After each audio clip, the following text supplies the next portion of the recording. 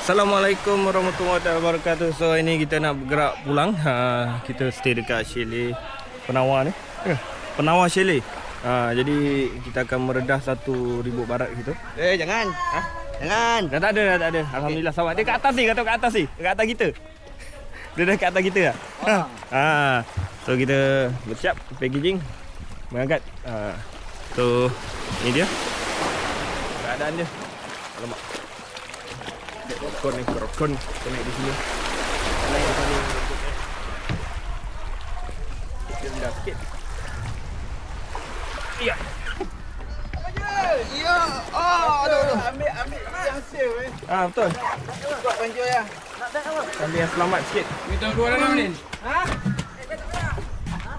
Belakang. Kau tu belakang. Belakang sikit. Kita nak duduk.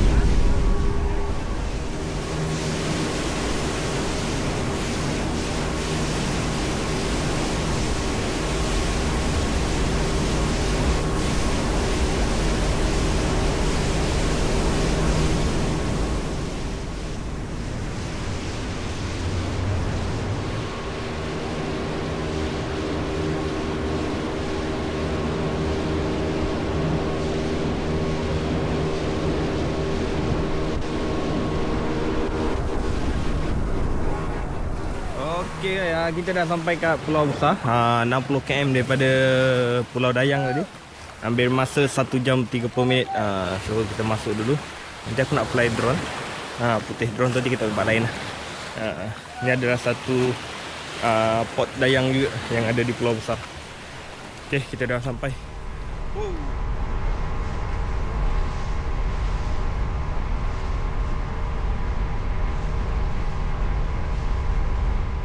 Alhamdulillah sampai dah JT. Ni kita turun. Apa? Bawa ni satu je. Yang tu Eddie bawa. Okey. So ambil masa 1 jam juga Tadi kita daripada Dayang, lepas tu kita ke Pulau Besar. Sampai Pulau Besar kita pusing-pusing, lepak-lepak. Lepas tu baru kita gerak balik.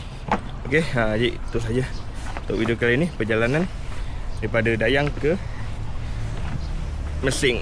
Bye.